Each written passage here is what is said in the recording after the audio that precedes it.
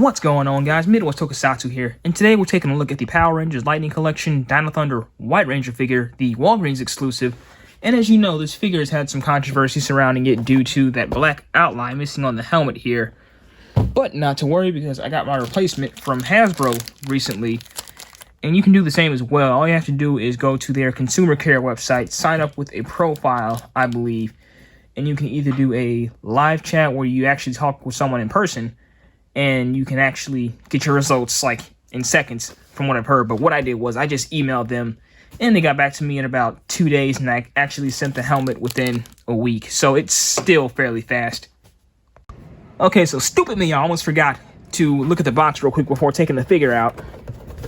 But we'll do that right quick. So front there, you got a nice picture of Dino Thunder White. Logo at the bottom comes to the side. Image continues there. Then you have a picture of the figure and how it should have come. I believe this is a 3D rendering of the figure itself, so it's not 100% accurate. And they've even got the morpher painted, which I'll get into in just a second. Coming to this side, same image. Nothing on the top, and then at the bottom, legal mumbo jumbo. Alright, so coming to him out of box, I mean, for the most part, he looks good. I mean, obviously, other than that unfinished helmet. So we can get rid of that right now and replace that with the proper one. There we go. Now we can get this review started. As for this, not quite sure what I'll do with this. I mean, maybe it'll be like a rare case where, I don't know, like you have like a misprint for an action figure. So in that case, it becomes worth a lot more. I mean, I'm not really betting on that, but just in case, I think I'll just keep this on hand. So apart from himself, of course, he comes with his accessories like his Drago sword here, his effects piece,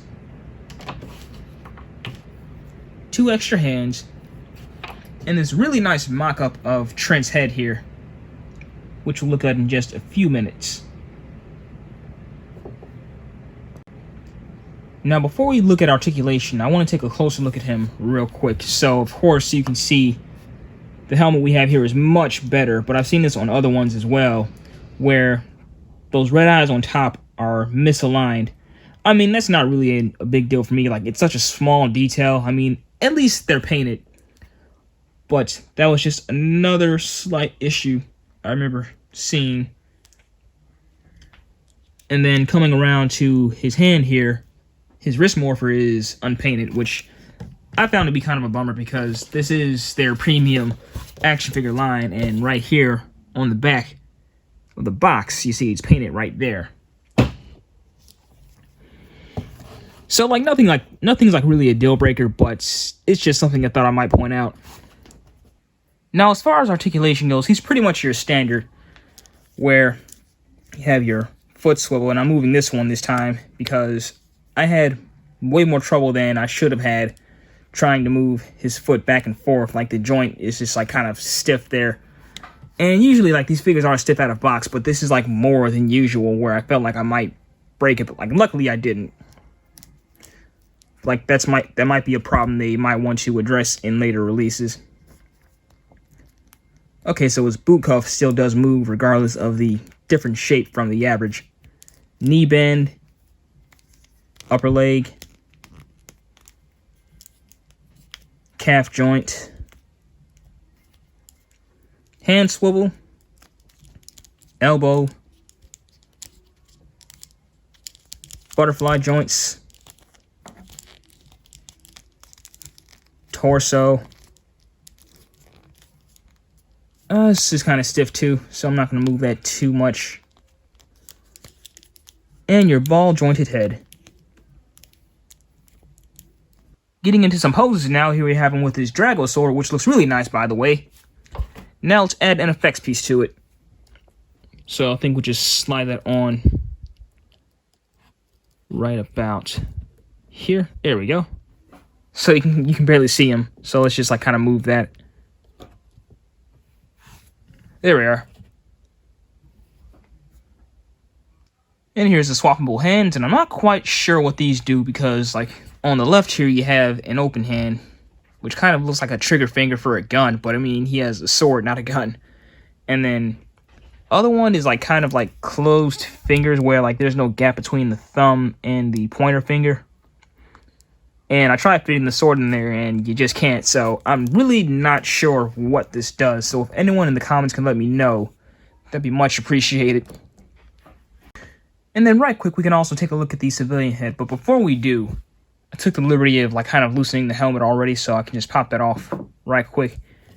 So as for this armored shield here, you have the option of removing this if you want to and just like placing it on any other ranger you want to. I'm not quite sure why you would, because that's not something he can do, but just in case you want to, there you go. And then now we can pop on Trent's head.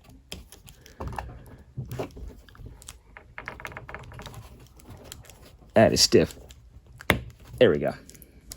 So now we have Trent's civilian head, and I've got to say, like, they did a really nice job of capturing the likeness of Jeffrey Perazzo here, because a lot of the times there'll be something, like, there's something really off about these civilian heads, whether, like, it looks creepy or, like, the cheekbones are kind of off or, like, they're smiling in a weird way, but that's beside the point. Like, this looks almost perfect.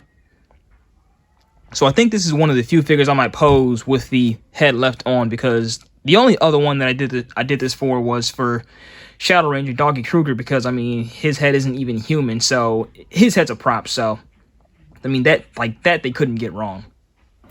So Dino Thunder White here, once you get past the helmet issue, it's still a great figure. I mean, apart from the slight deco issues with the eyes on top of the helmet and the morpher, like, it's nothing you should pass on, like, just because of those slight details like that were missed out. And also, I mean, all the accessories that need to be here are here with his Draggle sword. Like, nothing's missing on there paint-wise, I believe. Unless someone points out later on. Matter of fact, I think, now that I'm looking at it, I think that black stripe on the sword is missing. So I might have to paint that one in later. So there were still some details left out, obviously, but it still looks great all in all. And also, we get a better than average civilian head. So, I mean, that's a plus, right? So, as always, be sure to like, comment, and subscribe. Be sure to like my Facebook page at Midwest Tokusatsu. We are also on Twitter, Instagram, and Patreon. And this is your captain, signing out.